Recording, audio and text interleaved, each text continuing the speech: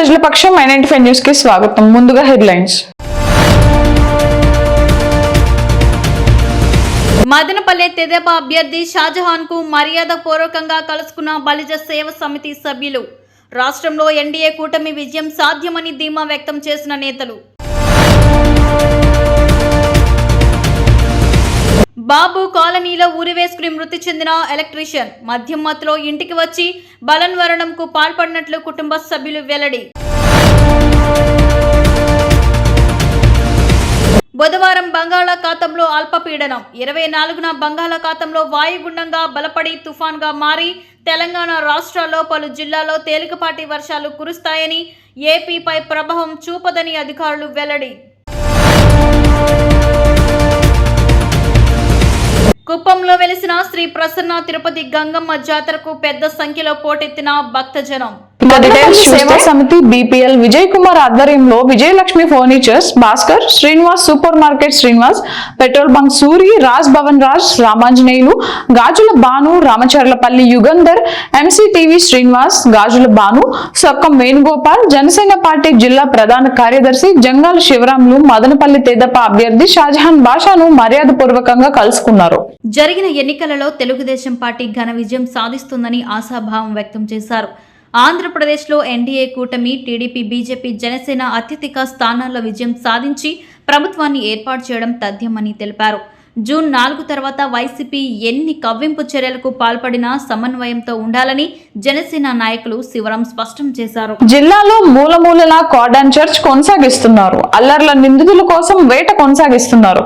భారీ ఎత్తున bind over కేసులు నమోదు చేస్తున్నారు. కౌంటింగ్ రోజున హిస్టరీ షీట్స్ ఉన్న వారందరినీ పోలీస్ స్టేషన్లకు పిలవాలని నిర్ణయం తీసుకున్నారు. తీవ్రమైన ఎన్నికల నేరాలకు పాల్పడే వారిని దూరంగా ఉండే స్టేషన్లకు తరలించేందుకు ప్లాన్ చేస్తున్నారు.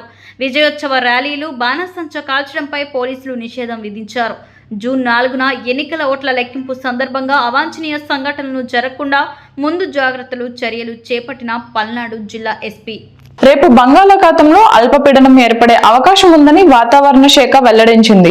ఈ అల్పపీడనం వాయువ్య దిశగా కదిలి ఈ నెల 24న బంగాళాఖాతంలో వాయుగుండంగా బలపడే అవకాశం ఉందని తెలిపారు. దీంతో వాయుగుండం ఏపీపై ప్రభావం చూపదని అధికారులు వెల్లడించారు. ఇక తెలంగాణ రాష్ట్రాల్లో పలు జిల్లాల్లో తేలికపాటి వర్షాలు కురిసే అవకాశాలున్నాయని తెలిపారు. ఆయా జిల్లాలకు ఆరెంజ్ అలర్ట్ జారీ చేసింది వాతావరణ శాఖ. మంగళవారం ఉదయం చిత్తూరు జైల్లో రిమాండ్ లో ఉన్న BCY పార్టీ నాయకులను కలిసి పరామర్శించారు.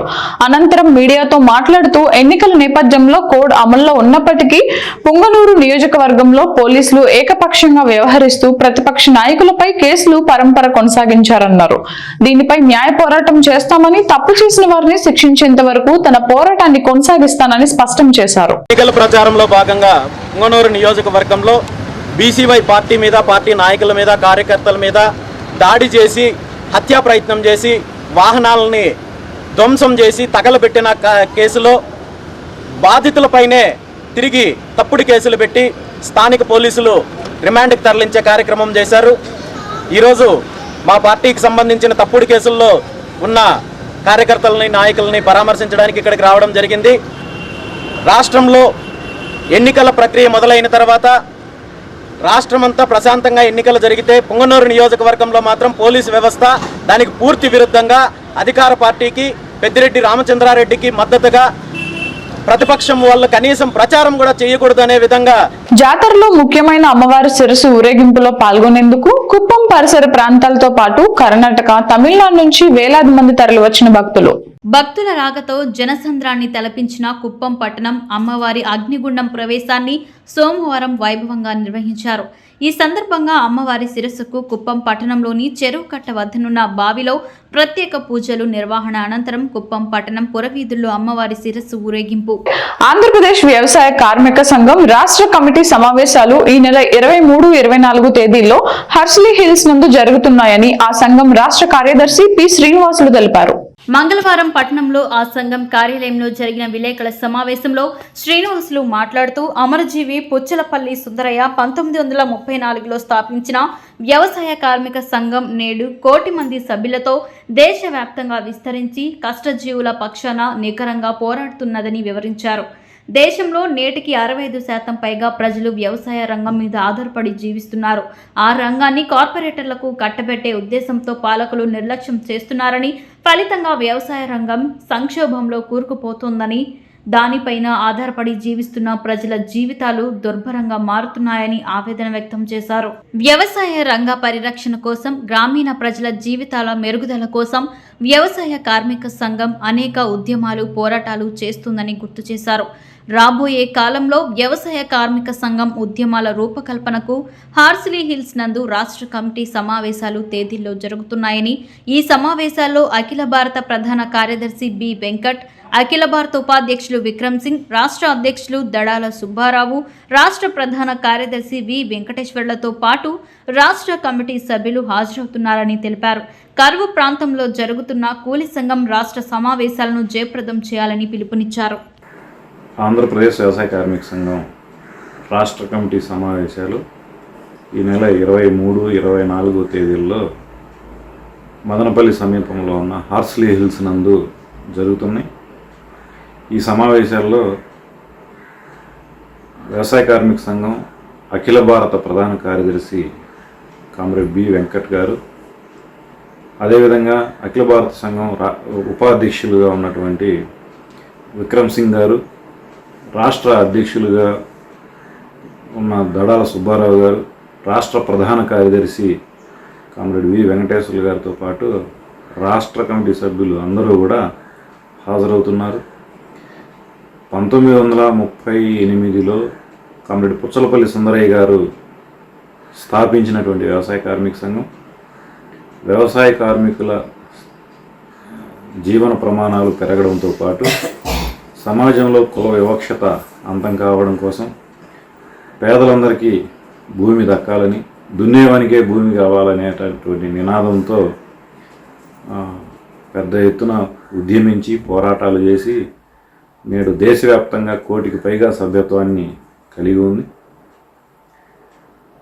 వ్యవసాయం మీద ఆధారపడినటువంటి కూలీ జనం వారి సమస్యల పరిష్కారం కోసం అనేక ఉద్యమాలు, పోరాటాలు చేస్తున్నటువంటి సంస్థ వ్యవసాయ కార్మిక సంఘం.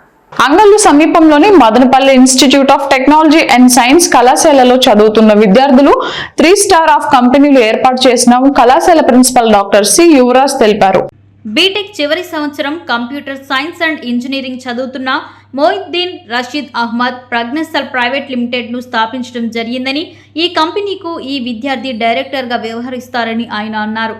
ఈ కంపెనీకు పరిశ్రమ మరియు అంతర్గత వాణిజ్య ప్రమోషన్ విభాగం, భారతదేశంలోని వాణిజ్యం మరియు పరిశ్రమల మంత్రిత్వ శాఖ క్రింద ఒక కేంద్ర ప్రభుత్వం విభాగం గుర్తింపు ఈ కంపెనీకి లభించిందని ఆయన అన్నారు. ఈ కంపెనీ నందు ఎడ్యుకేషనల్ సెక్టార్కు సంబంధించిన online course, online exams, online material మొదలైన కార్యాచరణలకు సంబంధించిన సాఫ్ట్వేర్లు ఈ కంపెనీలో తయారవుతాయని ఆయన అన్నారు.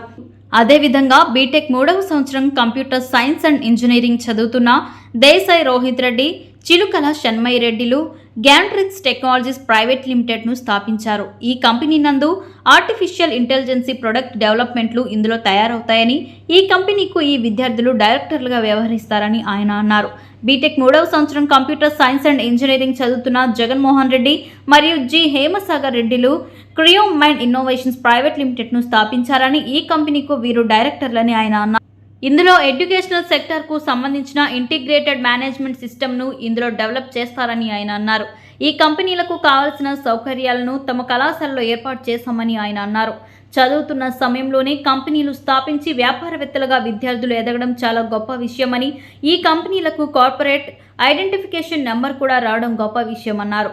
ఈ 3 కంపెనీలకు ఈ 5 మంది విద్యార్థులు డైరెక్టర్లుగా వ్యవహరిస్తారని, ఈ విద్యార్థులను కళాశాల correspondent doctor N Vijayabhaskar Chowdary మరియు ఎగ్జిక్యూటివ్ డైరెక్టర్ కీర్తి నాదెళ్ల, కళాశాల principal doctor C Yuvaraj, IIC coordinator doctor Arun Kumar తదితరులు అభినందనలు తెలియజేశారు. అనుక్షణం ప్రజల పక్షం న్యూస్ ఇంతటితో సమాప్తం. తిరిగి రేపటి బులెటిన్ లో మళ్ళీ కలుద్దాం. అంతవరకు సెలవు. నమస్కారం.